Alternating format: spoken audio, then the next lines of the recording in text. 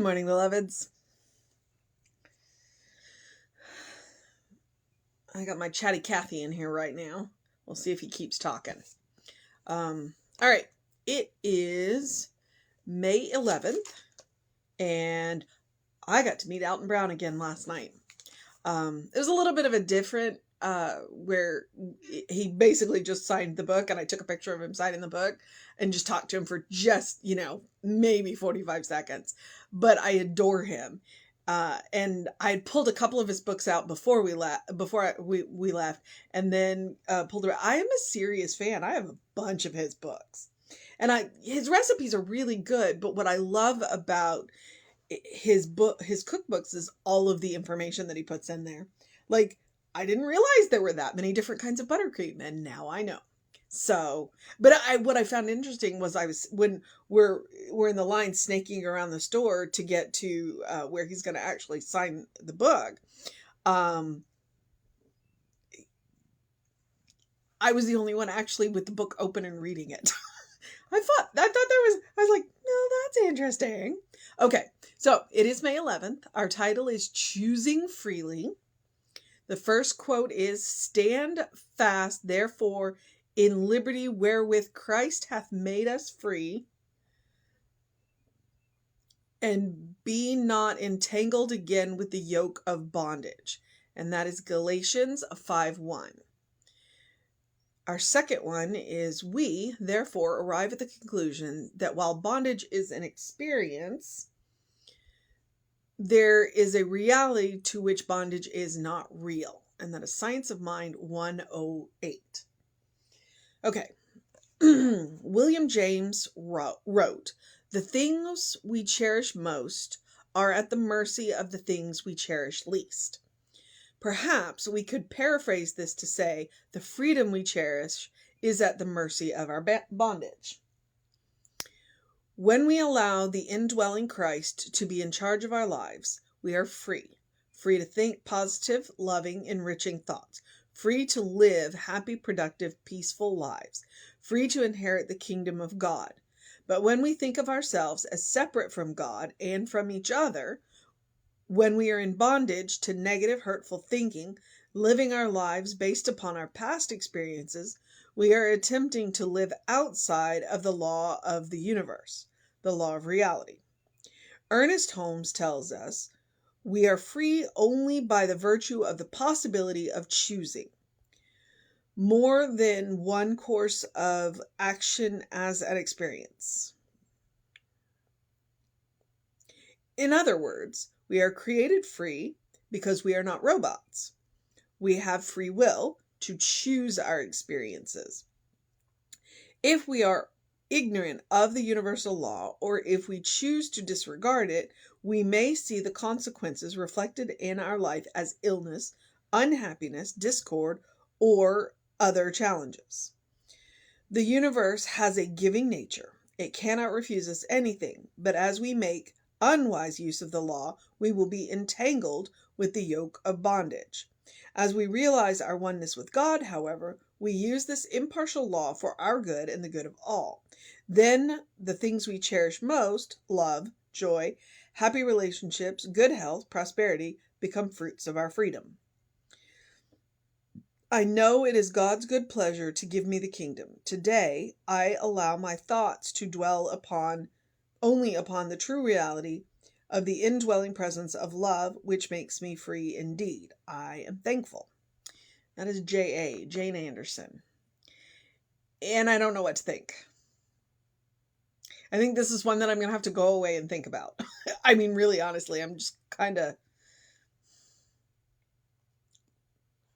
I will say that the cornerstone of the Science of Mind teaching is choice. We teach that you are always at choice. Sometimes the only choice we have is how we feel about what's going on. And when we're in the midst of it. And then once we get through that, then we can make a different choice. It's like, okay, I've had that experience. I don't want to do that again. So I will choose differently next time. Kind of reminds me of those choose your own adventures. It was a book there were books growing up where you would read a little bit and then it would say, well, if you want to do this, then turn to page. And then if you want to do this, you would turn to another page. And sometimes you would make the choice, you would, it was kind of like a maze, but in words. And sometimes your adventures got really weird and sometimes they were short, because you just backed yourself into a dead end. And that's really honestly what life kind of is. It is literally a choose your own adventure. And the good news is sometimes when we make choices that are not good, we can choose again. Okay. I'm going to think about that. Now I'm thinking about choose your own adventure books. So, the title is Choosing Freely. Galatians 5:1, stand fast, therefore, the liberty wherewith Christ hath made us free, and be not entangled again with the yoke of bondage. Okay. Go look it up. Read the lines before, read the lines after, or, well, I guess it's the start of the chapter, because I don't know what to do with that one. Now, the science of mind, we therefore arrive at the conclusion that while bondage is an experience, there is a reality to which bondage is not real. The material realm is bondage. It is, because we are bound into a material form. The spirit is always free, but right now we are having a material experience. By its very nature, it is a bondage. We won't be in it forever. And clearly we have chosen to bind ourselves into this for a purpose. We like to think that we have bound ourselves into this reality to learn something, or lots of some things. But it helps to remember it's not permanent. And you can say that about any experience that you are having. It's not permanent. Okay, so that was from the Science of Mind text, page 108.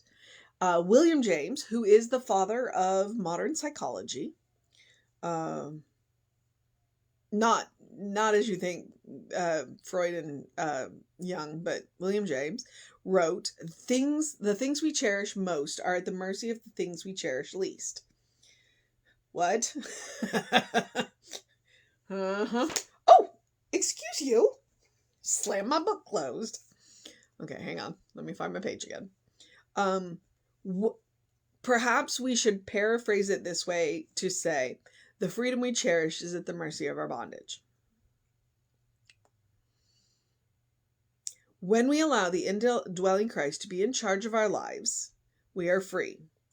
And think about it. When we allow the indwelling Christ with all of those qualities, when we are in alignment with the qualities of God, the peace, the prosperity, the joy, the harmony, all of that, creativity, we are free to think positive, loving, enriching thoughts, free to live happy, productive, peaceful lives, free to inherit the kingdom of God. Mostly because we make good choices.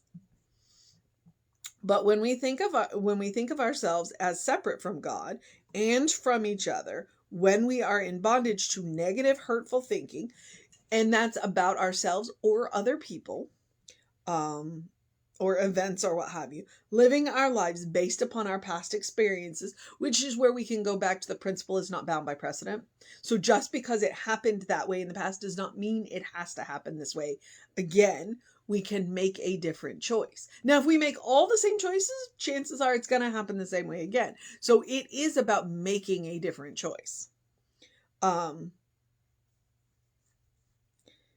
We are attempting to live outside of the law of the universe, the law of reality.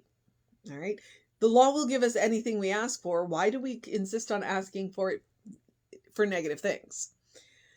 Ernest Holmes tells us we are free only by the virtue of the possibility of choosing more than one course of action as an experience. The possibility of choosing more than one course of action as an experience. If we don't like it, we can change our mind. That's the power. That is the straight up power. In other words, we were created free, and because we are not robots, we have free will to choose our experiences. All right?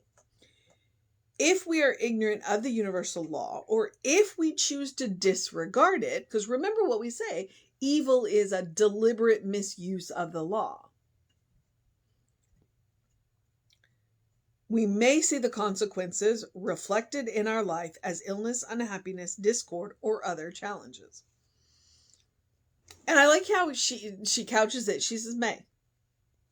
Because you're gonna look around and you're gonna see people and you're going, well, they're living their life this way, which is not the way we're supposed to do it, and they're getting away with it. Yeah, well, you may not see it, but they feel it.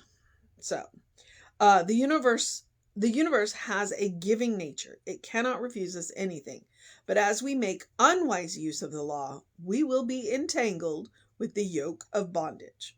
As we realize our oneness with God, however, we use this impartial law for our good and the good of all, because we are using it in alignment with what it is. Are you coming? Come on.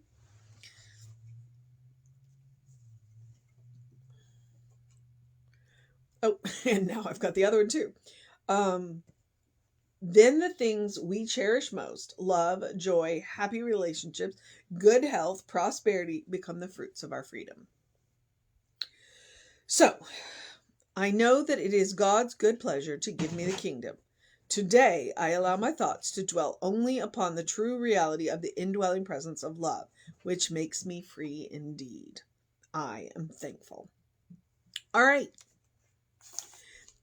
So some of it is choosing freely and some of it is choosing wisely. But the point is, you have to make a choice.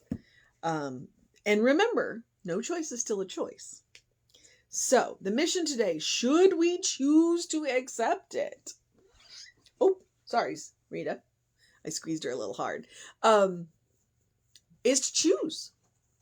It is to make a choice, to look at your choices.